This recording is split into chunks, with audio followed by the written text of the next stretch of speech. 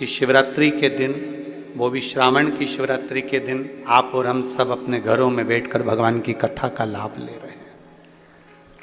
ये शिव कृपा है।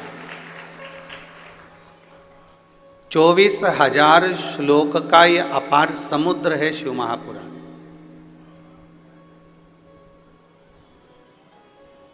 और 24,000 श्लोक के अपार समुद्र में से एक कोई मोती हम अगर उसमें से पकड़ लें,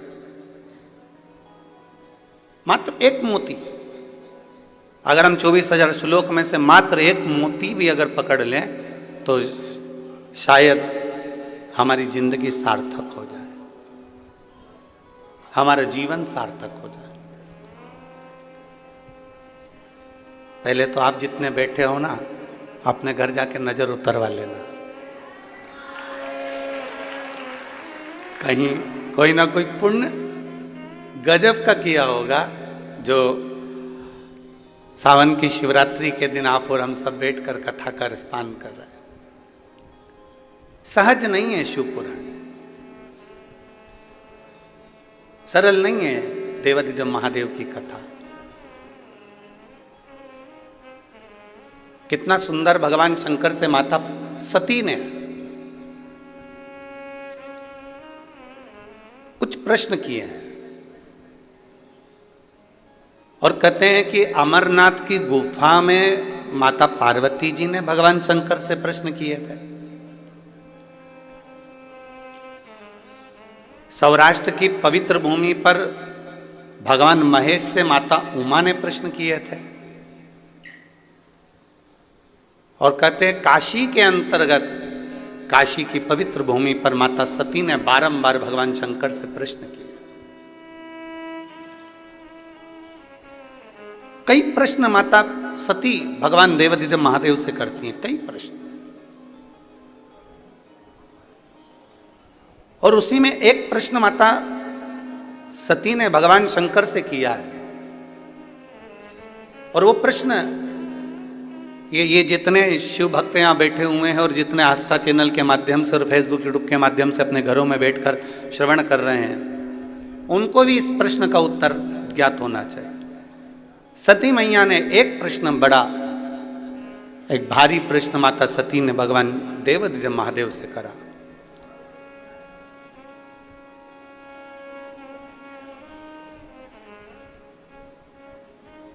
कौटी कौटी बार बार जन्म, बार बार मृत्यु संसार सागर में मानव की होती है। फिर जन्म होता है, फिर मृत्यु होती है, फिर जन्म होता है, फिर मृत्यु होती है। जगत गुरु शंकराचार्य जी ने तो अपनी भाषा में कहा है कि पुनरपि जननम पुनरपि मरणम से छूटना है, इससे मुक्त हो जाना है, इससे बाहर निकल जाना। अब देवादिदेव महादेव की पवित्र कथा कहती है कि माता सती कहती हैं भगवान देवादिदेव महादेव से, भगवान शिव से, कि बार बार जन्म होता है, बार बार मृत्यु होती है, फिर जन्म होता है, फिर मृत्यु होती है। ये बार बार जन्म और मृत्यु के प्रपंच से मनुष्य कब बाहर निकल सकता है? ये इस जो चक्र चल रहा है, एक साइकिल जो चल रही है, एक सर्कल जो चल रहा है, इस सर्कल से हम कब मुक्त, हम इससे मुक्त कैसे हों? बार बार जन्म होना, बार बार मृत्यु होना, फिर जन्म होना, फिर मृत्यु होना, फिर जन्म होना, फिर मृत्यु होना, इससे मुक्ति कैसे मिल सकती है? इससे मोक्ष कैसे मिल सकता है? ये साइकिल कैसे बंद हो सकती है?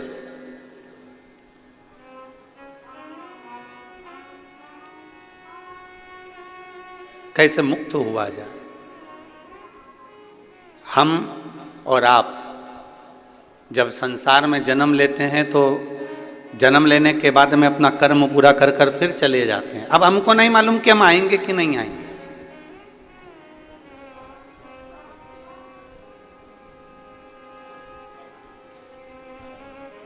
पैसा जैसे जेब में रहता है ना, और पैसा जेब में है तो खूब अच्छे वीआईपी होटल में भी रह लो, वीआईपी होटल में भोजन भी कर लो, वीआईपी होटल में आराम से रहो, खाओ पियो मौज करो। फिर तो वेटर आएगा तो वेटर भी तुम्हारा सूटकेस उठाएगा। तुम्हारे पास अगर पैसा है तो वेटर भी, सर जी सर जी सर जी सर जी, क्या लाऊं क्या लाऊं, बोलो सर जी क्या लेकर आऊं, बोलो सर जी क्या लाऊं।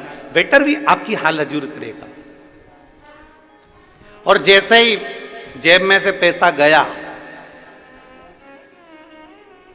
अब पूछा जाएगा कब जाओगे, वापिस कब पहुंचोगे। पैसा गया तो पूछना चालू हो गया। जब हम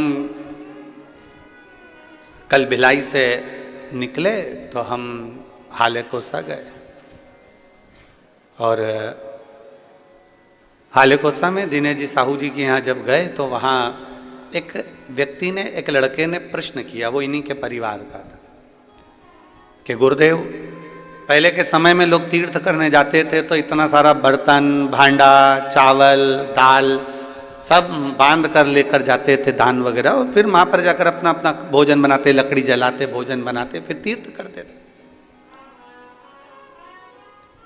आजकल कोई भी अपने साथ में ये खाने का सामान लेकर नहीं जाता और तीर्थ चले जाते हैं। हमने कहा आज के लोग चतुर हैं, जेब में 500 के नोट की गड्डियां फंसाते हैं और चल जाते हैं। बस एक गड्डी, 2 गड्डी तुम्हारी जेब में अगर फंसी हुई है, फिर तो तुम कहीं पर भी चले जाओ। जी सर होटल रूम खोलो, जी सर वीआईपी दर्शन, जी सर अभी आइए, बस अंदर अभी दर्शन कराता हूँ, अभी जल चढ़वाता हूँ, अभी तुमको प्रणाम करवाता हूँ, जी सर ले ओ। फिर तो तुम्हारे पास में अगर 500 की नोट की गड्डी बस फंसी हुई है तो जी सर लो, अभी मैं तुम्हारे गले में माला भी पहनाता हूँ, सर मैं आपको अभी भगवान से दर्शन कराता हूँ, सर मैं अभी आपको उनसे मिलवाता हूँ, सर मैं अभी ऐसा करवाता हूँ। बस 500 के नोट की गड्डी तुम्हारे जेब में है तो तुम मंदिर में दर्शन भी वीआईपी कर लोगे, ठहर भी जाओगे, होटल में भी पहुंच जाओगे, भोजन भी कर लोगे, अच्छे से घूम भी लोगे, फिर भी लोगे। तुम्हारे को ना चावल ले जाना है, ना दाल ले जाना है, ना बर्तन ले जाना है, ना भांडा ले जाना है, ना कोई सामग्री ले जाना है। बस अपनी जेब में 2 गड्डी फंसा कर रखो और चल दो, तो तुम्हारी सारी व्यवस्था अच्छी होगी। हम भी उस बच्चे से यही कहे कि अपनी जेब में जैसे 2 गड्डी फंसाना जरूरी है, उसी तरह अपने दिल में शंकर और पार्वती को फंसाना जरूरी है, तो ऊपर भी व्यवस्था अच्छी मिल सकती।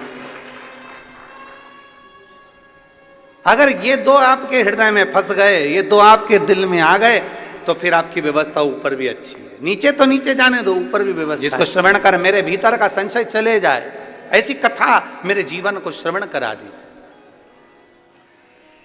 मुझे श्रवण करना है ऐसी कथा जो मेरे संशय को मिटा दे, मेरे संशय को समाप्त कर दे। मां भगवान देवाधिदेव महादेव सुन रहे हैं, माता सती बारंबार प्रश्न कर रही हैं, भगवान शंकर से बारंबार प्रश्न किया जा रहा है, बारंबार। और कितना सुंदर बात है, शिव पुराण कहती है यदि हमारा कर्म अच्छा है,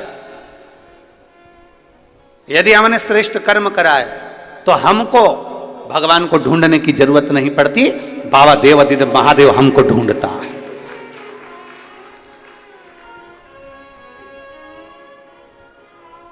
अगर हमारा कर्म अच्छा है, अगर हमारे कर्म श्रेष्ठ हैं, तो हमको बाबा को ढूंढने की जरूरत नहीं, बाबा हमें ढूंढेगा। बाबा हमको ढूंढने के लिए नहीं करते।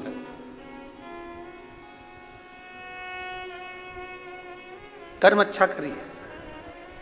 अभी भिलाई की कथा में हमने एक बात कही थी कि बन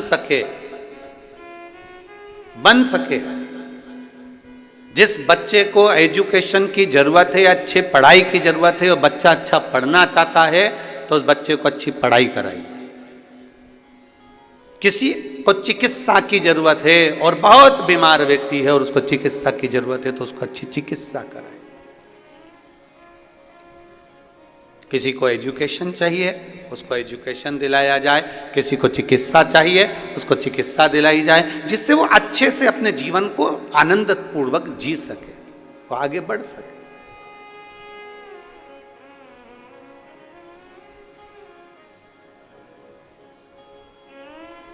किस किसने सुनी थी भिलाई की कथा?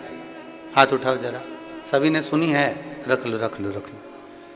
अगर चिकित्सा की जरूरत है तो चिकित्सा मिले, और यदि कहीं शिक्षा की जरूरत है तो शिक्षा मिले, और प्रयास करें कि अच्छी शिक्षा, अच्छी चिकित्सा जनमानस तक पहुंचे।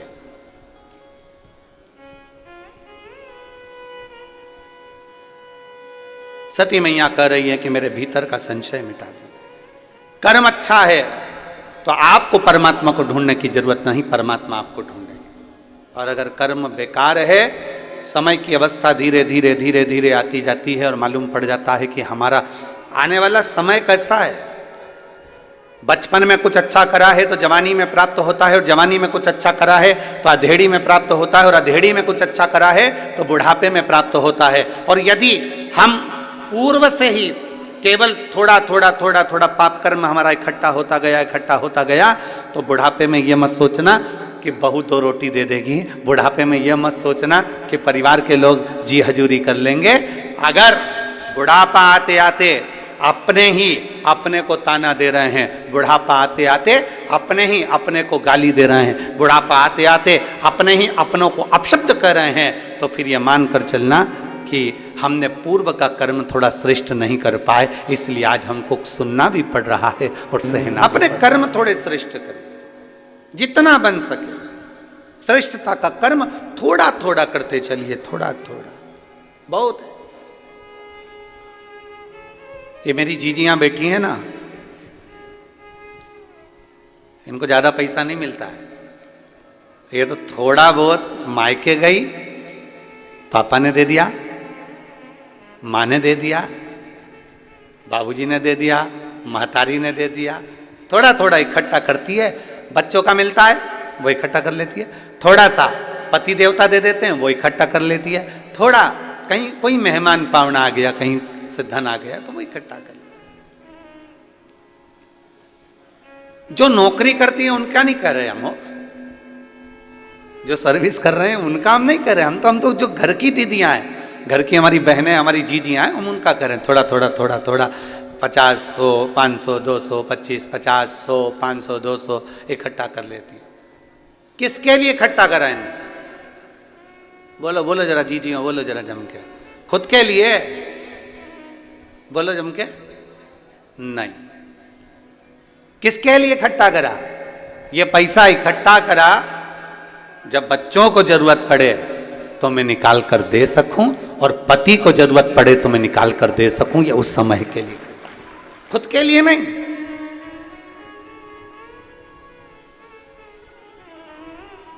एक कथा, अमलेश्वर की कथा में हमने कहा था कि स्त्री से उसकी उम्र मत पूछो और पुरुष से उसकी आय मत पूछो।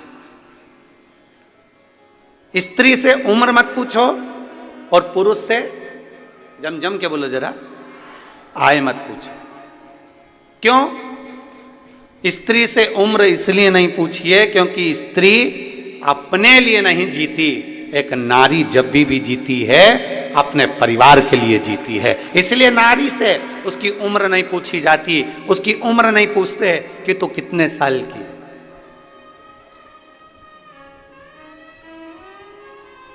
स्त्री से उसकी उम्र नहीं पूछी जाती कि तू कितने वर्ष की है। और पति से, ये जितने मेरे जीजा बैठे हैं यहाँ पे और जितने आस्था चैनल पर जीजा कथा सुन रहे हैं, इनसे इनकी आय नहीं पूछी जाती, तुम कितना कमाते हो, कितनी आवक हो रही है,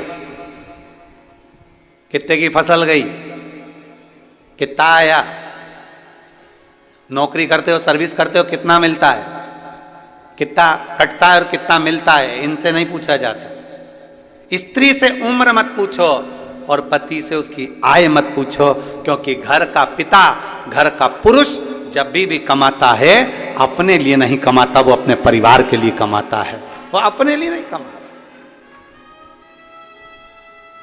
क्या पूछा जाए इनसे?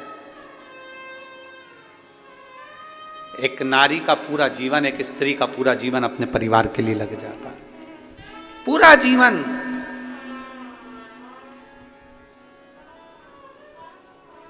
एक पुरुष का पूरा जीवन कमाने में, शुरू से बस कमाना कमाना कमाना कमाना कमाना, और कमाते कमाते कमाते कमाते उसका पूरा जीवन केवल परिवार के लिए हो जाता है, परिवार के लिए। जब उसको पता चलता है कि मेरी पूरी उम्र निकल गई और मैंने इसका भोग ही नहीं भोगा, मधुमक्खी छत्ता बनाती है।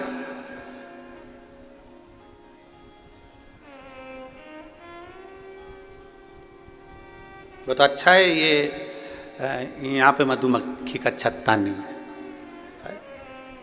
एक बार कहीं कथा करने गए थे बिहार साइड में, तो वहाँ मधुमक्खी का छत्ता था। अब वो इतनी बड़ी बड़ी ये लाइटें जलती हैं, तो वो मधुमक्खी का छत्ते में से मक्खियाँ निकल निकल के सब इधर उधर।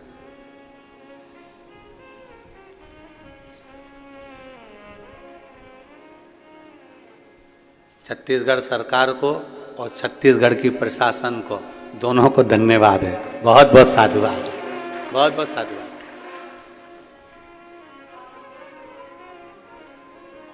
मधुमक्खी अपना छत्ता बनाती है, जगह जगह से पुष्प का रस लेकर आती है और शहद बनाकर तैयार करती है। उसको लगता है मैं खाऊंगी, अब मैं तैयार करा, अब मैं खाऊंगी, अब मैंने तैयार करा, अब मैं पाऊंगी।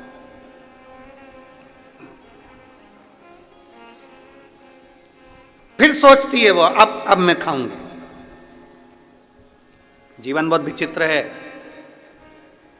मेरी जीजियों, मेरे जीजाओं, मेरी बेटियों, मेरे बेटाओं, मेरी माताओं, मेरे भाई, मेरे बंधु, मेरी माताएं, ध्यान रखना, जीवन बड़ा विचित्र है। जब दांत रहते हैं तब खाने को चने नहीं मिलते हैं, और जब चने मिलते हैं तो मुंह में दांत नहीं रहते। पूरा जीवन तो हम संघर्ष में निकाल देते हैं। बस मेहनत करूंगा, अभी थोड़ा कमा लूंगा ना, इसके बाद घर बनाऊंगा, घर बनाऊंगा, एक नंबर का मकान बनाऊंगा, गाड़ी लाऊंगा, ये करूंगा, वो करूंगा। मालूम पड़े घर भी बना लिया, गाड़ी भी लिया है, पर शरीर ऐसा हो गया कि घर तो नंबर 1 का बनाया, पर ऊपर एक बार अगर चढ़ गई तो 3 दिन बाद नीचे उतरी है। फिर क्या मतलब का घर? कई कई माताओं को बड़ा शौक रहता है, बस अपने पति से कहती हैं अपने एक मकान बनाएंगे। इतनी बारिश होती है ना, कपड़े सुखाने की जगह नहीं है अपने घर में। अरे बोलो तो सही है कि गलत है? अपने यहाँ कपड़े सुखाने की जगह नहीं है, अपन एक मकान बनाएंगे और घर में ऐसा ऊपर ऐसा शेड लगा देंगे जहां पर कपड़े सूख जाए, कर जाए, और ऊपर अपन 2 मंजिल का बना लेंगे, बच्चों का कमरा अलग, इस बेटी का कमरा अलग, दामाद अलग, तो ये सब चीज कमरे कमरे बना देंगे और ऊपर अच्छी व्यवस्था कर देंगे कपड़े वपड़े सूखने की। अब मालूम पड़े बेचारे पति ने हिम्मत कर कर, मेहनत कर कर, कमा कर घर बना दिया। घर के ऊपर कमरे, कमरे के ऊपर छत भी बना दी, और छत पे ऐसी व्यवस्था भी कर दी कि कपड़े सूख जाएं। अब मालूम पड़ा जब मकान बनाने का कहा गया था तब उम्र दूसरी थी, और आज जब कपड़े की बाल्टी लेके ऊपर चढ़ी तो मालूम पड़ा 4 घंटे तक वहीं पर बैठी है।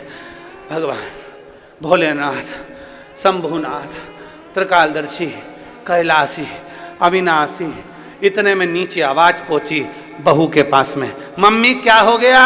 इतने में मम्मी झरोके में से झांक के बोली, तेरी मम्मी जा रही ऊपर। तुरंत नीचे से बहू दौड़ी दौड़ी ऊपर गई और मम्मी को देखा हालत खराब, मम्मी को पानी वानी पिलाया उसने। जब दांत हैं तो चने नहीं है, और जब चने हैं बोलते जाओ जम के, दांत अभी कमा रहे तो विचार कर रहे हैं गाड़ी लूंगा, गाड़ी लूंगा, गाड़ी लूंगा। कमाते कमाते कमाते कमाते एक अवस्था डल गई और मालूम पड़े बुढ़ापे में गाड़ी भी आ गई। गाड़ी तो आ गई पर डॉक्टर ने कह दिया ज्यादा बैठ नहीं सकते, पीठ का गुरिया खसक गया। अब एक गुरिया खसक गया। अब थोड़ी देर तक गाड़ी में बैठा था, इतनी देर में तो घर पहुंचा और पत्नी कह रही जी सुनो तो सरी, कथा चल रही है, गांव का नाम नहीं बोलूंगा, यहाँ का नाम तो बोलूंगा ही नहीं।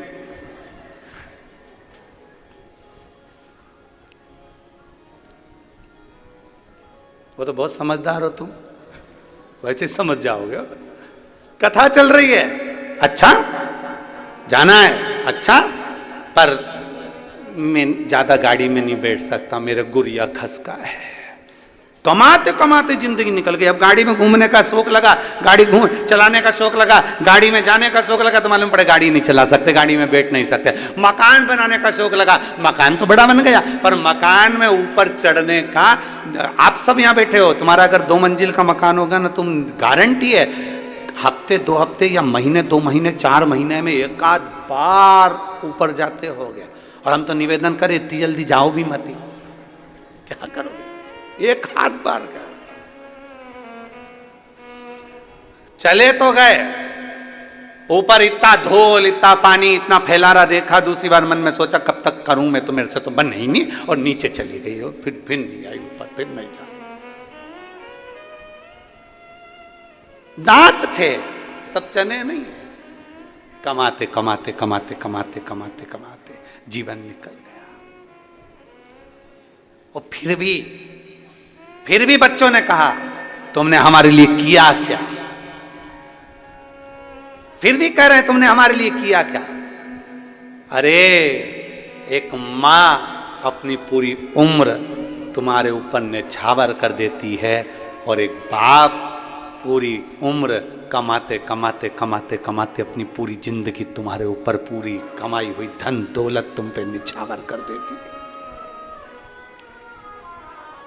इसीलिए हमने भिलाई की कथा में कहा था कि दुनिया की सबसे बड़ी दौलत है, दुनिया की सबसे बड़ी दौलत समय, दुनिया की सबसे बड़ी दौलत है समय, और दुनिया की सबसे बड़ी पूंजी है माता और पिता।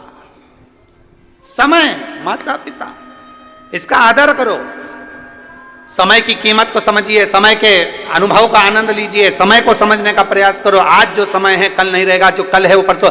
सोना गया वापिस आ जाएगा, चांदी गई वापिस आ जाएगी, गाड़ी गई वापिस आ जाएगी, बंगला गया वापिस आ जाएगा, पर जो समय चले गया वो वापिस नहीं आ सकता। वो गया तो गया, फिर नहीं आने वाला। इसलिए समय की अनुकूलता समझिए कि हमारा बचपन है उसको भी हम श्रेष्ठता में जिए, हमारी जवानी है उसको भी हम श्रेष्ठता में जिए, हमारी अधेड़ी है उसको भी हम श्रेष्ठता में जिए, और हमारा बुढ़ापा है उसको भी हम श्रेष्ठता में जिए। दुनिया तो गलती छांटने के लिए बैठी है। एक पति पत्नी गार्डन में घूम रहे थे,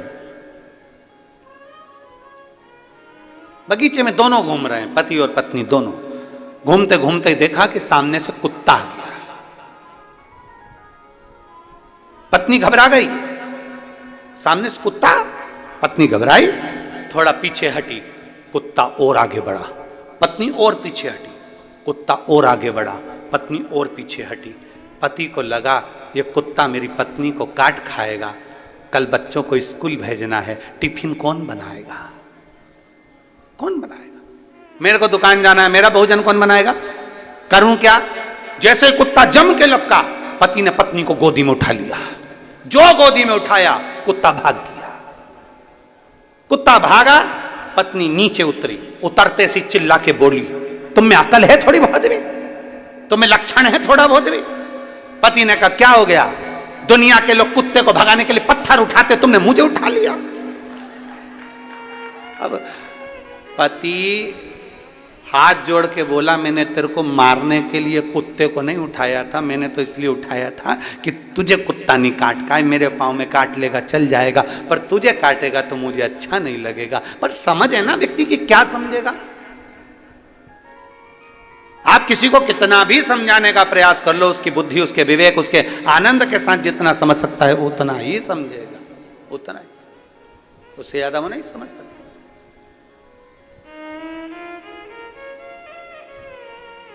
बहुत बहुत कठिन है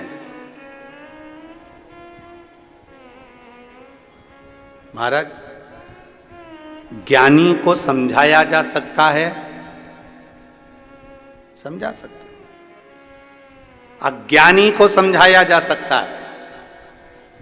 ज्ञानी को समझाना सरल है, अज्ञानी को समझाना सरल है, पर अभिमानी को समझाना दुनिया का सबसे कठिन काम है। आप अभिमान वाले व्यक्ति को नहीं समझा सकते, जिसके अंदर अभिमान भरा हुआ, अहंकार भरा हुआ, मैं और मेरा। लंकाधिपति रावण को कितना समझाया मंदोदरी ने,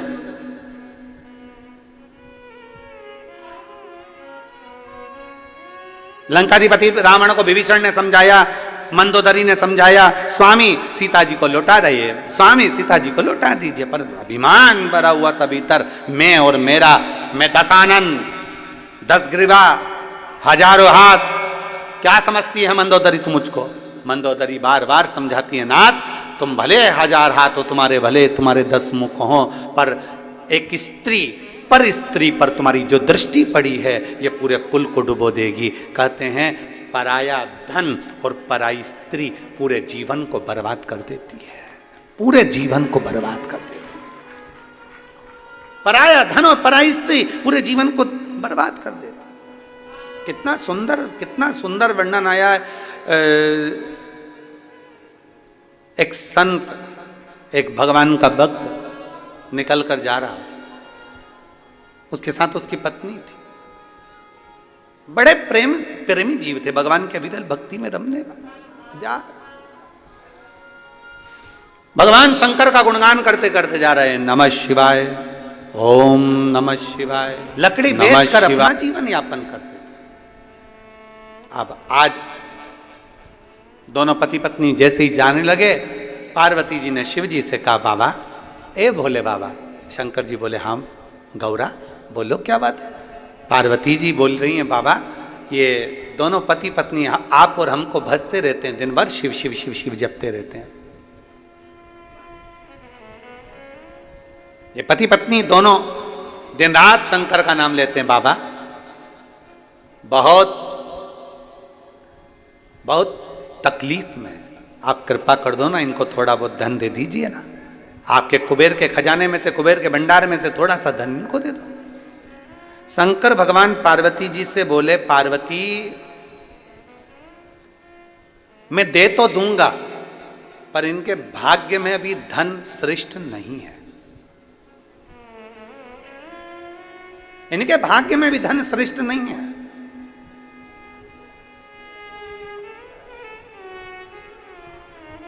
जिसका जितनी किस्मत में होता है, जब भाग्य में होता है तब प्राप्त होता है। जरा विचार करिएगा, कथा मुंगेली में होने वाली थी, डोम लग चुका है, स्टेज बन चुका है, मंच व्यवस्था हो चुकी है, सारी व्यवस्था हो चुकी है, पर पानी कीचड़ सब उस पंडाल में इतना भर चुका था कि पांव रखो और पांव उसमें जा रहा था, दब रहा।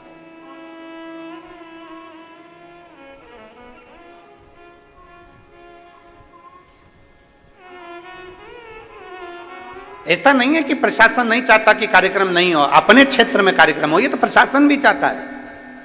क्षेत्र के चाहे कलेक्टर हो, एसपी हो, एसएसपी हो, कमिश्नर हो, आईजी हो, डीएसपी हो, एसडीएम हो, हर तहसीलदार हो, हर टीआई, सब चाहते हैं कि हमारे क्षेत्र में भी बाबा की कथा हो। ऐसा नहीं कि नहीं चाहते, पर उनका भी एक भाव होता है कि सुरक्षित हो, सुरक्षा पहले, क्योंकि देखा हुआ है अभी भिलाई में जो कथा हुई है, भिलाई में 3 बार पहले कथा हो चुकी है, पर आपने देखा होगा ये जो चौथी कथा भिलाई में हुई, जो 3 कथा हुई है, उन कथा से भी ज्यादा भीड़, ज्यादा भक्त भिलाई की इस कथा में पहुंच गए, और इतने भक्त पहुंचे कि पूरी रोडों पर चारों तरफ भक्त भरे हुए थे।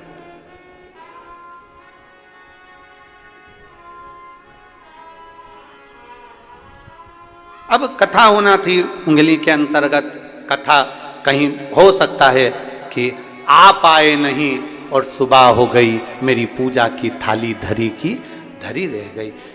वो तराजू होता है ना, तराजू में एक इधर भी वजन रख के देखा जाता है, इधर का भार की इधर का भार। हमें तो लग रहा है छत्तीसगढ़ का कांटा यहाँ था और इधर भी भार देखा गया, तो हो सकता है तुमने पानी ज्यादा चढ़ाया होगा, तराजू उधर टपकाया।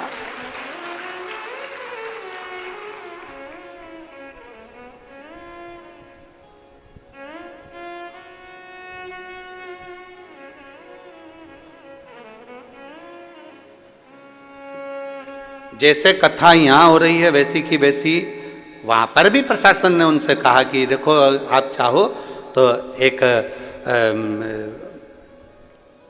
कोई स्टेट में कोई अच्छा ग्राउंड मिल जाए, ऐसा छोटा सा कोई हॉल मिल जाए जिसके अंदर आप ऑनलाइन करा सको। नहीं, हम कथा विशाल करा। तुम समझदार थे, तुम बड़े चतुर थे, और तुम लोगों ने सोच लिया बिल्ली के भाग से चींटका टूटा है, मक्खन अपने ही भाग्य में आ जाए तो अच्छा है। ऐसा नहीं कि प्रशासन नहीं सोचता, कार्य के लिए सोचता है, पर सुरक्षित हो, सबकी रक्षा हो, सब श्रेष्ठता, सुरक्षा के साथ। इनकी किस्मत में नहीं है। भगवान शंकर कह रहे हैं पार्वती अगर मैं इसको सोना चांदी दे भी दूं, हीरे पन्ने दे दूं, पर इन दोनों पति पत्नी के भाग्य में नहीं। कैसे नहीं है प्रभु? बहुत साधारण है ये लोग, दे दो ना, थोड़ा सा धन दे दो ना। शंकर भगवान बोले ये दोनों पति पत्नी नहीं ले सकते, मुझे मेरा विश्वास कहता है शंकर की आराधना करने वाला, शंकर की उपासना करने वाला ये दूर रहता है, पर धन से भी दूर होगा और पर स्त्री से भी दूर होगा, नहीं ले सकते। पार्वती जी बोली मेरे को दो धन में तो क्या था। पार्वती जी ने एक लाल कपड़े में थोड़ा सा आभूषण, माणिक मोती, सोना चांदी, हीरा पन्ना बांधा और रास्ते में डाल दिया। जहां रास्ते से ये दोनों जा रहे थे, दोनों अलमस्त होकर नमः शिवाय, ओम नमः शिवाय, नमः शिवाय, ओम नमः शिवाय, नमः शिवाय, ओम नमः शिवाय बोलते बोलते जा रहे थे। इतने में पति की दृष्टि उस धन पर पड़ गई। पत्नी थोड़ी पीछे थी, पति की दृष्टि पड़ी धन पर। पति ने देखा किसी का सामान गिर गया है, सोना चांदी। पति ने देखा पीछे पत्नी आ रही है, उसने तुरंत वहीं से मिट्टी हटाई और उस पे धन पे डाल दी।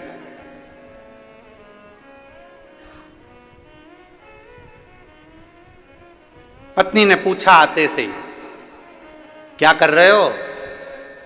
पति को लगा स्त्री का स्वभाव होता है थोड़ा सा, कहीं धन देखकर इसके मन में, लोगों के पर्दे देखकर मन में आ जाता है कि अगली दिवाली पे इसमें की पर्दे लाऊंगी। मिठाई खाते खाते मन में आ जाता है कि अगली बार हरियाली आन दे तो मैं ऐसा ही मीठा भात बनाऊंगी। तो उसके मन में यह ना आ जाए कि ये सोना देखे, हीरे पन्ने देखे, और इसके चित्तवृत्ति में यह ना आ जाए कि ये सारा धन मेरा हो गया, ये सारी संपदा मेरी हो गई। ना ना। पत्नी ने पूछा क्या कर रहे हो? पति बोले कुछ नहीं। स्त्री ने कहा मुझे मालूम है तुम क्या कर रहे हो। पत्नी बोली मुझे मालूम है तुम क्या कर रहे हो। पति ने पूछा क्या कर रहा हूं? पत्नी बोली मिट्टी को मिट्टी में दबा रहा हूं। पति की आंख में से आंसू बह गए। मैं अपनी पत्नी को समझ नहीं पाया, वो जान गई थी ये सोना मिट्टी है, दूसरे की दौलत हमारे लिए धूल की तरह है, दूसरे का धन हमारे लिए धूल की तरह है, दूसरे की संपदा हमारे लिए धूल की तरह है, दूसरे का पड़ा हुआ पैसा हमारे लिए धूल की तरह है। दुनिया के लोग समझ नहीं पाते। किसी का पड़ा मोबाइल मिल गया, सोचते हैं खुशी होती है, 2000, 5000, 10,000 का मोबाइल मिल गया, पर उसको मालूम नहीं है कि तूने 5000 का मोबाइल तुझे जो पड़ा हुआ मिला है वो तेरे को कौन से समय पर कहां ले जाकर तुझे खड्डे में डालेगा।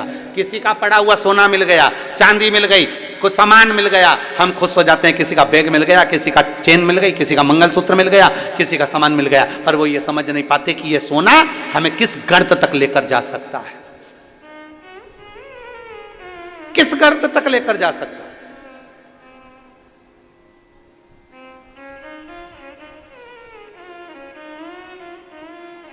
एक शनि की कथा आप लोगों ने सुनी होगी। शनि की धर्मपत्नी ने शनि से पूछ लिया था कि तुम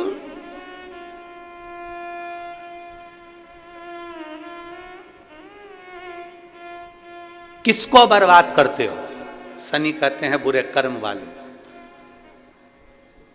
और दूसरा, किसी का पड़ा हुआ वस्त्र, किसी का पड़ा हुआ धन, किसी की पड़ी हुई पादुका, किसी का पड़ा हुआ छाता मिल गया और वो लेकर चले गया, बाद में एक दिन उसको पछताना पड़ता।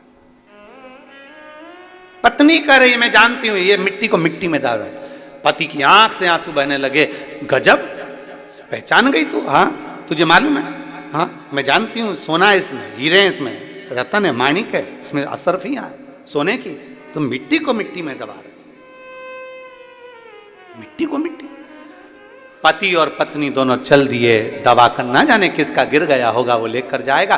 शंकर भगवान ने पार्वती जी से कहा, पार्वती देख, मुझे मालूम था ये भक्त ऐसे ही है, नहीं लेंगे, नहीं ले सकते।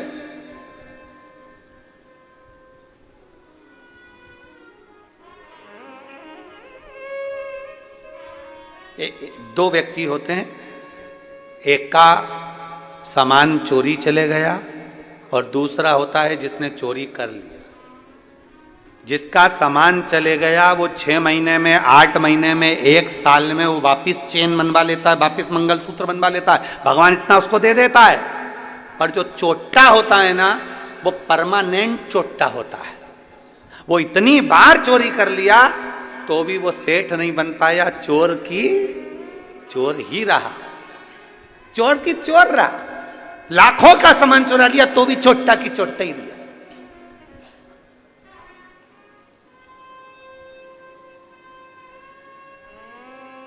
इसलिए मत बुरे कर्म कर बंदे, वरना पछताएगा। भगवान की आंखों से तू बच नहीं पाएगा, तू बच नहीं पाएगा। अरे ओ अज्ञानी मत करना। पति ने आंख में आंसू भरकर कहा, तू पहचान गई? धर्म पत्नी चली। शंकर भगवान पार्वती जी से बोले, मैंने बोला था ये दोनों नहीं लेंगे, नहीं लिया। पड़ा है, सोना पड़ा कि पड़ा है। आगे चले शंकर पार्वती के भक्त दोनों आगे बढ़े, आगे बढ़े। जलवृष्टि होने लगी, पानी गिरने लगा। पानी इतना गिरा कि लकड़ी पूरी गीली हो गई। लकड़ी गीली हो गई तो वो लकड़ी का बंडल लाए नहीं तो बिका नहीं, बिका नहीं तो भोजन मिला नहीं। लकड़ी का गट्ठा पड़ा, उठा नहीं सकते, गीला हो गया, बिका नहीं है। बिका नहीं तो पैसा मिला नहीं, पैसा नहीं मिला, भूखे हैं दोनों।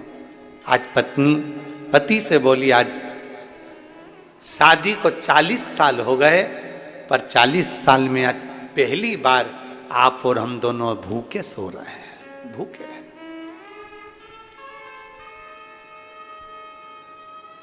शादी के 40 साल हो गए, पर 40 साल में आज पहली बार आप और हम दोनों भूखे सो रहे हैं, दोनों भूखे सो रहे हैं।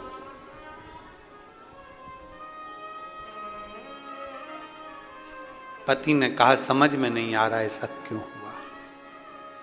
पत्नी कहती है, मैं जानती हूं कि आज हम 40 साल में पहली बार भूखे क्यों सो रहे हैं। पत्नी कहती है, मैं जानती हूं 40 साल में आज पहली बार हम भूखे क्यों सो रहे हैं। पति ने पूछा, क्यों? पत्नी कहती है, दूसरे के पड़े हुए धन को हमने छू लिया था, इसलिए आज हमें भूखा सोना पड़ रहा। दूसरे के पड़े हुए धन को मात्र हमने छुआ था, इसलिए हमें भूखा सोना पड़ रहा है। शिव महापुराण की कथा कहती है, भाई ज्यादा हिस्सा ले लिया, छोटे को कम दे दिया, मंझले को ज्यादा दे दिया, संजले को कम दे दिया, बड़े को कम दे दिया, छोटे को कम दे दिया, किसी को ज्यादा मिल गया, किसी को कम दे दिया। किसी सास ने अपना जेवर एक बहू को ज्यादा दे दिया, एक बहू को कम दे दिया। कभी ससुर ने अपनी प्रॉपर्टी किसी को ज्यादा दे दी, किसी को कम दे दी। इसमें आप दुखी मत होना, आपको दुख होने की जरूरत नहीं है, आपको तकलीफ में भोगने की जरूरत नहीं है। दुख उसको हो जिसने धन को बांटा है, उसने सोचना था कि हमारी गति क्या होना है, उसको सोचना था हमारी गति क्या है। अगर 4 लड़के हैं बराबर का, 4 बेटियां हैं बराबर की, 5 बेटे हैं बराबर का, 5 है। यहां तक शिव पुराण की कथा कहती है, भागवत जी में यहां तक वर्णन आता है कि यशोदा मैया अपने लाला को जितना माखन देती थी, उतना माखन दाऊजी महाराज को भी देती थी। मनसूखा आ जाता था, मनसूखा को देती थी। श्रीदामा आ जाता था, श्रीदामा को देती थी। जो आ जाता उसको माखन दे देते। जो सम्मुख में आया, माता यशोदा नहीं, अपना अपना जो भाग था उसमें से श्रेष्ठ श्रेष्ठ भाग सबको दे देती थी, बराबर का, कोई ज्यादा नहीं। शिव महापुराण की कथा यहां तक कहती है, तुम्हारा बच्चा अगर बिस्कुट खा रहा है और तो उसका दोस्त आ गया ना, तो पहला फर्ज मां का बनता है कि उसमें से आधे बिस्कुट उस दोस्त को दे, क्योंकि भोजन करते समय आया है, क्रमशः में आया। शास्त्र यहां तक कहता है कि अगर तुम भोजन कर रही हो, तुम चाय पी रही हो और चाय पीते पीते अगर कोई आ गया और तुम्हारे कप में अगर चाय है, मान लो वो झूठी नहीं हुई है, तो प्रयास करना कि वो चाय में से आधी चाय जो आया है उसके कप में डालकर दे दी जाए, उसके गिलास में डालकर दे दी। नहीं, थोड़ा सा तो पीना पड़ेगा। कटोरी में भले मत बनाओ तुम दूसरी, पर उसमें से थोड़ी सी दे दो। झूठी नहीं है, झूठी हो गई तो मत दो, पर जो अच्छी है उसको दे दो, जो श्रेष्ठ है उसको दे दो। नहीं, लेना तो पड़ेगा, तुम आए हो।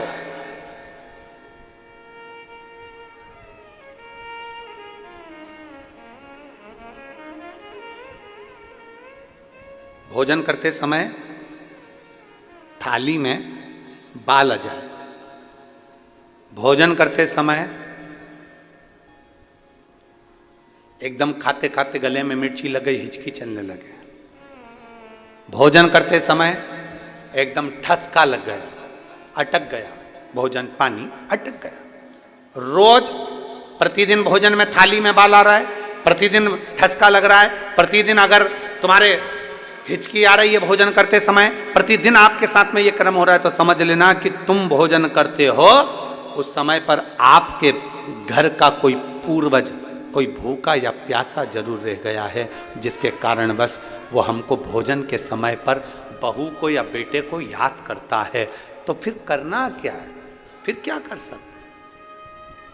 हिचकी आ रही है, भले मिर्ची खा ली, मिर्ची ना खा तो भी हिचकी आ गई, ठसका लग गया भोजन करते समय, और रोज लग रहा है, हर 2 दिन में, हर 3 दिन में ठसका आ जाता है। भोजन करते समय हर 3 दिन में थाली में बाल आ जाता है, भोजन करते समय हर 2-3 दिन में थाली में बाल पड़ा हो जाता है, हर भोजन करते समय हमारे को कुछ ना कुछ हिचकी चलने लगती है। हर 2-3 दिन में अगर ये क्रम हो रहा है तो समझ लो हमारा कोई पूर्वज, हमारा कोई पितृ, हमारे घर का कोई पूर्वज जो है कि नहीं है, वो हमारे को कहीं ना कहीं से भूखा है और भोजन का भाग मांग रहा है। फिर एक प्रयास करके देखो, फिर एक प्रैक्टिकल करके देखो, फिर एक प्रयास करें। चावल की छोटी सी एक कटोरी, उस कटोरी में धान भर लीजिए चावल, उसमें एक लौंग और एक बेलपत्र, बस ये रख लीजिए। जो हंडा होता है घर में, पानी का मटका होता है, पितरों का जो स्थान होता है जहाँ पानी पीते हैं अपन, मटका, हंडा, टंकी, बाल्टी, जो भी हो। आजकल तो लोग आरओ लगा लिए हैं, तो नीचे भी तुम मटका रखते होगे, हंडा रखते होगे, टंकी रखते होगे, उसी के पास में वो कटोरी रख दीजिए। 14 की रात्रि, अमावस्या के दिन उस कटोरी का चावल, बेलपत्र, ये सब शिव मंदिर के अंदर आप कोई भी एक स्थान पर, कोई दोने के अंदर रखकर या कागज के अंदर रखकर, शिव स्थान पर, शंकर के मंदिर में शिवलिंग को केवल स्पर्श कर कर जमीन पर ही उसको कागज में या दोने में, उसको जहाँ जलाधारी होती है उस जलाधारी के पास में गणेश वाले स्थान पर, गणेश वाली जगह पर उसको रख दें। गणेश वाली जगह फिर समझिएगा, ये शिवलिंग जलाधारी, ये जलाधारी का चरण जहाँ से पानी बहता है, सीधा हाथ सीधी तरफ पर गणेश जी का स्थान होता है, लेफ्ट में कार्तिकेय का स्थान होता है, बीच में अशोक सुंदरी का स्थान होता है। शंकर का शिवलिंग, शिवलिंग के ऊपर जो जलाधारी लगी होती है, जलाधारी में से एक एक बूंद जो पानी नीचे गिरता है, ये शंकर भगवान की 5 लड़कियों का स्थान होता है, जया, विषहरा, शामली बारी, दौतली, देव। शंकर जी की 6ठे नंबर की लड़की का स्थान बीच में होता है, जिसका नाम है अशोक सुंदरी। ऐसा स्थान, और ये पार्वती जी का हस्तकमल हो गया, शंकर का स्थान हो गया। तो जब हम वो अन्न रखते हैं, जब हम चावल और एक बेलपत्र और एक लौंग जो रखते हैं, वो हम गणेश जी वाले स्थान के साइड में रखते हैं, नीचे की ओर रखते हैं उसके स्थान। कई लोग एक प्रश्न करते हैं, गुरुजी आज सावन की शिवरात्रि या नवरात्रि को पूजन करेंगे 7 बजे शाम को ऑनलाइन, तो हम मट्टी के शंकर जी बना रहे हैं, तो क्या हम नंदी बनाएं? हम शंकर जी बना रहे हैं तो क्या हम गणेश जी बनाएं? नहीं, केवल शंकर भगवान का शिवलिंग बनाइए, बड़े प्रेम से जलाधारी बनाइए। हमने पहले भी कहा कि इसमें सारे देव अपने आप विराजमान हैं। आप जब अभिषेक करेंगे तो उसमें सब देवों का अभिषेक अपने आप हो जाएगा, सबकी। हाँ, पूजन के सामान में 3 सुपारी लिखाई है, उसमें से 2 सुपारी में से एक गणेश जी, गोरा जी अपन बनाएंगे, उसका पूजन करेंगे, और एक सुपारी से अपन संकल्प छोड़ेंगे। शिव आराधना में शास्त्र कर रहा है, शिव महापुराण वर्णन कर रही है। आप अगर भोजन कर रहे हो और भोजन करने में आपको बार बार हर 2 दिन में 3 दिन में बाल आ रहा है भोजन की थाली में, सब सफाई से भोजन बनता है। ऐसा कोई मेरी जीजी नहीं है जो बिना सफाई के भोजन नहीं बनाती। सब सफाई से बनाती है, सब अच्छे से बनाती है, सब अच्छे प्रेम से बनाती है और सब सफाई से भोजन बनाती है। और सफाई से भोजन बनाने के बाद भी आपकी भोजन की थाली में बाल आ रहा है, अच्छे से प्रेम से एकांत में बैठकर भोजन कर रहे तो भी हिचकी आ रही है, तो भी आपको ठसका लग रहा है, रोज 2-3 दिन में लग रहा है, समझिए कि वो कहीं ना कहीं हमारे पूर्वज, कहीं ना कहीं हमारे देव भूखे हैं, भोजन मांग रहे हैं। भोजन एक शिव के प्रति एक भाव। शिव महापुराण की कथा कथी कई पुण्य उदय हुए होंगे, कई पुण्य प्रबल हुए होंगे, कई पुण्य हमारे प्रखर हुए होंगे जो ये मिली। और यहां शास्त्र कह रहा है, पत्नी पति से कह रही है 40 साल में अगर पहली बार हम भूखे सो रहे हैं तो इसका क्या कारण हो सकता है? क्या कारण है? सोचिए जरा, अपने पुण्य को और पाप को दोनों को गिनना चाहिए कि हमने क्या करा, क्या किया होगा। 40 साल में आज पहली बार हम दोनों भूखे सो रहे हैं, इसका कारण क्या हो सकता है? इसका क्या?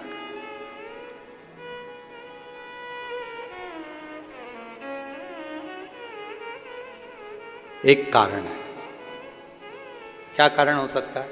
पत्नी ने कहा मैं जानती नहीं, पर इतना जरूर है कि एक कारण है। पति कहता है उसका क्या कारण हो सकता है? पति ने कहा पत्नी से, पत्नी बोली उसका एक कारण है, हमने दूसरे के धन का स्पर्श कर लिया, उसको छू लिया, इसलिए आज हमको 40 साल में पहली बार भूखा सोना पड़ रहा है।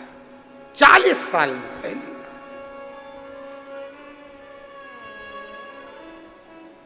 आज हमें भूखा सोना पड़ रहा है 40 साल में पहली बार, क्योंकि हमने दूसरे के धन का स्पर्श करा है, मात्र दूसरे के धन को छुआ है। सोचो, केवल स्पर्श किया तो ये गति है, अगर वो धन घर में आ जाता, वो धन हम लेकर आ जाते तो शायद जिंदगी भर भूखा सोना पड़ता। इसलिए बस इतना सोच रहे थे, विचार करते करते पति पत्नी की दोनों की नींद लग गई, दोनों की। पार्वती जी ने शिव जी से कहा, बाबा कितने सरल हैं दोनों, दूसरे के धन का स्पर्श नहीं करना चाहते, दूसरे की संपदा का स्पर्श नहीं करना चाहते, आप कुछ करो ना इनके लिए, कुछ करिए ना, कुछ करिए। बाबा देव अधिदेव महादेव ने तुरंत पार्वती से कहा, पार्वती चिंता ना करिए, चिंता ना करिए, श्रावण का महीना आएगा, जंगल में इनको लकड़ी नहीं मिलेगी, भूलवश एक बेलपत्र के वृक्ष के नीचे बैठेंगे, छांव का पानी से बचने का प्रयास करेंगे, वहीं पर पड़ी हुई मिट्टी से ये शिवलिंग का निर्माण कर लेंगे, और शिवलिंग का निर्माण कर लेंगे तो उसी जगह पर मैं प्रकट होकर इनको दर्शन देके इनको भंडार भर दूंगा, उसी स्थान पर। श्रावण के महीने में हमने पहले भी कथा में कहा, आज फिर कहते हैं, जितने आस्था चैनल पर कथा सुन रहे हो, जितने फेसबुक यूट्यूब पर कथा श्रवण कर रहे हो, ऑनलाइन जितने शिव भक्त पवित्र कथा का रिस्पान कर रहे हैं श्रावण के महीने में, आज 2 अगस्त से श्रावण की शिवरात्रि के दिन जो कथा का लाभ, पहले दिन की कथा का श्रवण कर रहे हैं, उन सब से निवेदन करेंगे, बन सके अपने जीवन में श्रावण के महीने में भूल से भी अगर पार्थिव शिवलिंग का निर्माण हो जाता है, भूलवश भी हम शंकर के पार्थिव लिंग का निर्माण कर लेते हैं, तो वो जीव कहीं ना कहीं सुख प्राप्त करता ही है, उसका फल उसको मिलता ही है, वो सुख मिलता ही है। बोल बम का नारा है। किसी से डर के बोल रहे हो क्या? तो फिर आवाज खोलकर बोलो, हम भी तो बोल रहे हैं। बोल बम का नारा है, सारी समस्या का हल। वीआईपी बन के नहीं बैठना अपने को। कई माताएं वीआईपी बन के ताली भी बजाएंगी तो ऐसे धीरे धीरे लोग क्या कहेंगे, ना ना, अलमस्त होकर बड़े प्रेम से, जैसे सुनते हो वैसे ही सुनो। आनंद के साथ। अपन तो अड़भंगे, हम तो भोलेनाथ जी के भगत, जैसे सुनो कि शंकर के भगत हैं, बाबा के भगत हैं, बड़े प्रेम से आनंद लेना है, बिल्कुल ऐसे मुसद्दीलाल जैसे नहीं बैठना है। तो मुसद्दीलाल जैसे बैठ गए, मालूम पड़े अब ये भी कुछ नहीं बोल रही, ये भी कुछ नहीं बोल रही।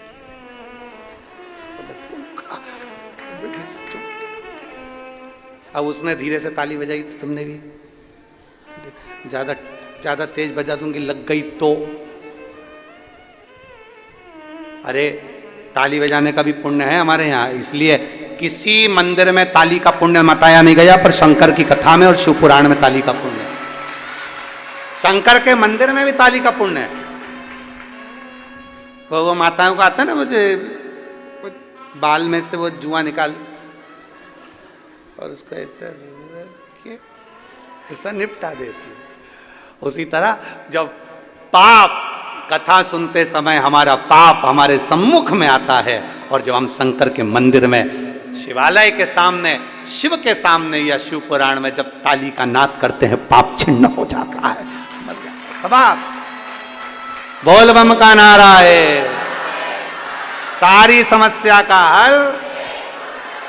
कोई लेट बनता है, कोई जल्दी बनता है, शिव को जल चढ़ाने वाला एक दिन से जरूर बनता है, प्राप्त होता है।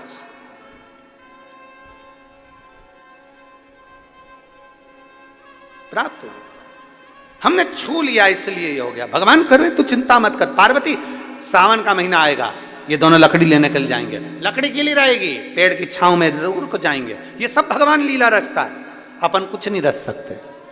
जो रचने वाला है वो शंभु है, जो रचने वाला है वो शंकर है। कहाँ कथा होना थी और कहाँ हो रही है, रचने वाला शंकर है। किसको सुनना थी और कौन सुन रही है, सब रचने वाला शंकर है। जजमान कौन था और कौन बन गया, रचने वाला शंकर है, उसके सिवाय कोई नहीं।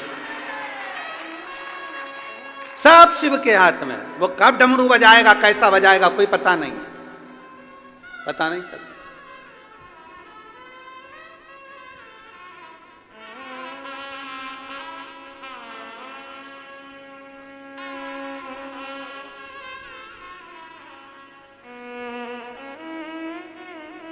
अभी हम इधर से आ रहे थे तो एक माता जी बूढ़ी बूढ़ी सी और एक माँ और थी, दोनों।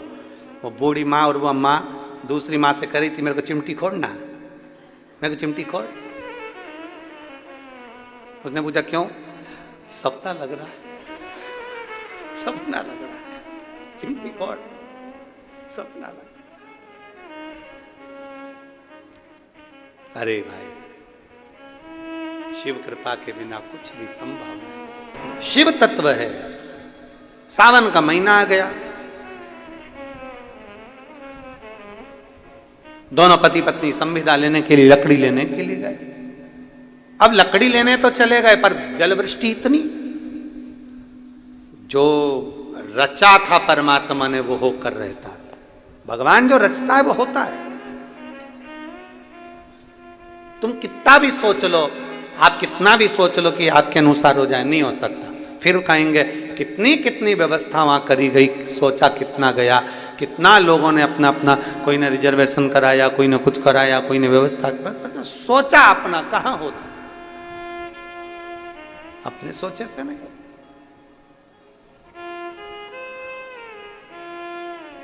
वो लिखने वाले ने जो लिखा है वो होता है, अपने सोचे से नहीं हो सकता कभी भी,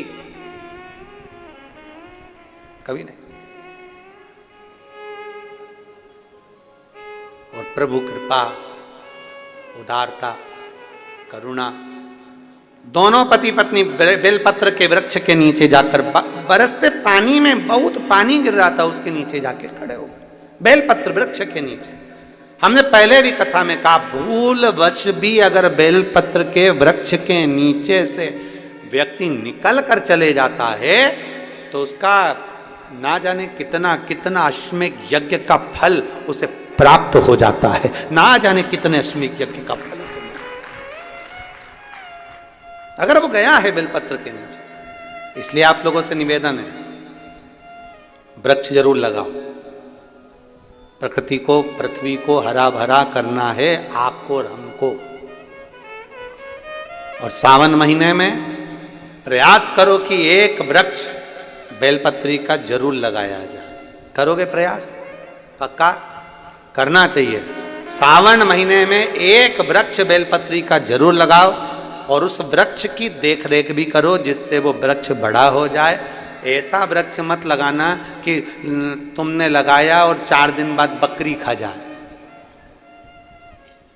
फोटो तो अपना खिंच जाता है पेड़ के साथ और पेड़ को खा जाती बकरी। वो फोटो कोई नहीं खींचता कि पेड़ बकरी खा गई। फोटो वो खिंच जाता कि हमने पेड़ लगाया, हमने वृक्ष लगाया, वृक्षारोपण हुआ। पर वृक्ष लगाओ, मना नहीं है, पर वृक्ष लगाने के साथ में एक प्रण होना चाहिए कि उसकी रक्षा भी हम करें, उसकी रक्षा भी करें।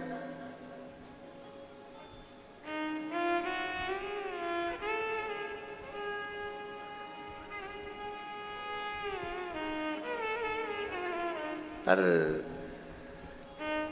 जितने लगाने वाले हैं ना उससे दुगने वो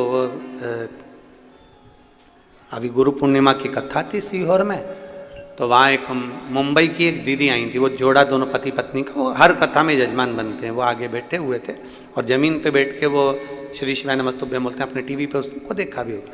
वो दोनों पति पत्नी का नियम है कि कम से कम सावन महीने में या अन्य समय पर वो कम से कम 15 से 20 पेड़ उसको लगाने का प्रयास कर, तो बड़ा करने का प्रयास कर। पर वो बता रहे थे गुरुजी हम बेलपत्री का पेड़ लगाकर आते हैं और कोई पूरा की पूरा गमला की गमला ही उठा के बेलपत्री का ले जाता। हम लगाते और वो उठा के ले जाते। अब करें तो करें क्या? तो हमने उनसे कहा कि तुम एक काम करो, ऐसी जगह पर लगाओ जहां पर बेलपत्री का पेड़ कोई लेकर ना जाए। तो फिर उन्होंने कहा कि हम कहाँ लगाएं, आप बात बताओ। तो हमने कहा जरूरी नहीं है कि बेलपत्री का ही लगाओ, तुम कोई दूसरा भी लगा दो, कोई लेकर नहीं जाएगा, पर वृक्ष तो लगाओ। तो उन्होंने कहा कहाँ लगाए? हमने कहा तुम शमशान में लगाया। अब मां कौन लेने जाएगा? और आधा तो लोगों को वैसे ही भय रहता है कि शमशान से लाया, और पत्नी को मालूम पड़ जाए शमशान से पेड़ लिया है, बापी तो तुम शमशान में लगा दो। पृथ्वी हरी भरी हो कहीं पर भी हो, पर ये पृथ्वी हमारी प्रकृति, हमारे पूरा पृथ्वी पूरा भूमंडल हरा भरा हो, ऐसा नियम बनाना चाहिए कि पृथ्वी के संरक्षण प्रयास एक वृक्ष जरूर लगा। जितना जितना वृक्ष लगता है ना उतना उतना जल बढ़ता है। पृथ्वी का जो जल कम हो रहा है ना उसका कारण केवल ऐसा ही है कि वृक्ष नहीं है। वृक्ष कटते गए जल कम होता गया, इसलिए वृक्ष लगाना जरूरी है। एक बेलपत्री के वृक्ष के नीचे से भी अगर कोई भूलवश निकल कर चले जाता है, हजारों अश्वमेध यज्ञ का फल उसके खाते में प्राप्त हो जाता है। हजारों अश्वमेध यज्ञ का पुण्य फल उसे मिलता है।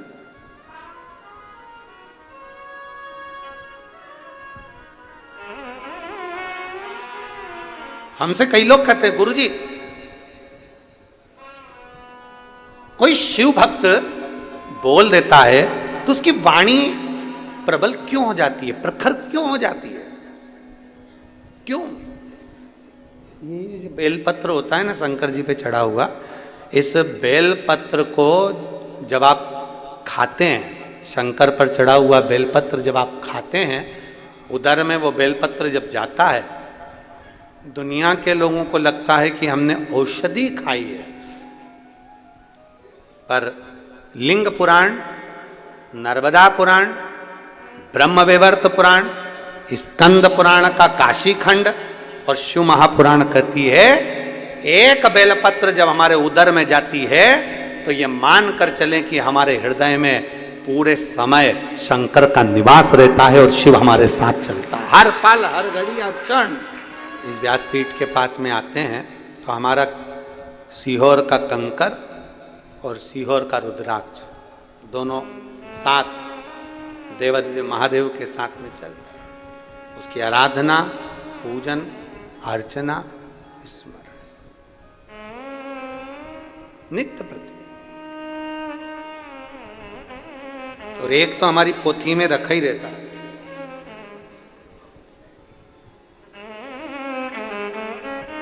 एक तो हमारी पोथी में निरंतर संपूर्ण विश्व के कल्याण हेतु कि भले बाबा का रुद्राक्ष का भी स्पर्श बेलपत्र को हो और वो संपूर्ण विश्व के कल्याण। एक तो हम लेकर चलते ही हैं, साथ में उसको लेकर अपनी पोथी के अंतर्गत उसको चलते ही स्मरण के लिए, भक्ति के लिए, भजन के लिए, नित्य शिव भजन।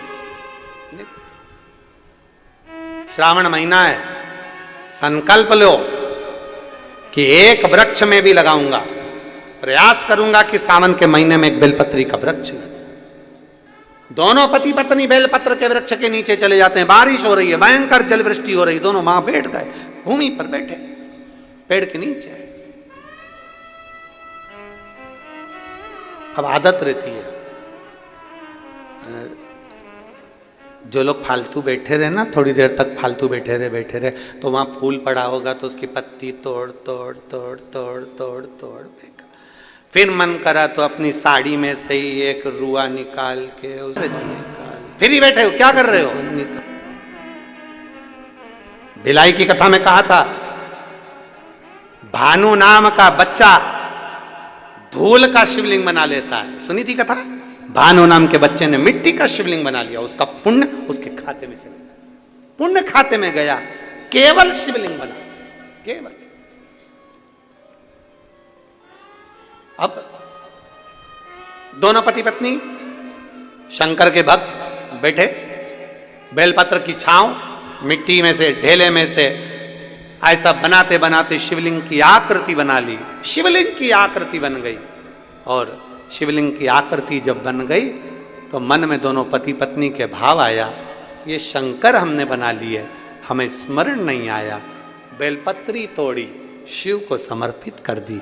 जैसे ही बेलपत्री शंकर पर चढ़ी, उसी मिट्टी के शिवलिंग में से, पार्थिव शिवलिंग में से शंकर भगवान प्रकट हो गए, शिव प्रकट। उसी पार्थिव शिवलिंग में से शंकर का प्रागट्य हो गया।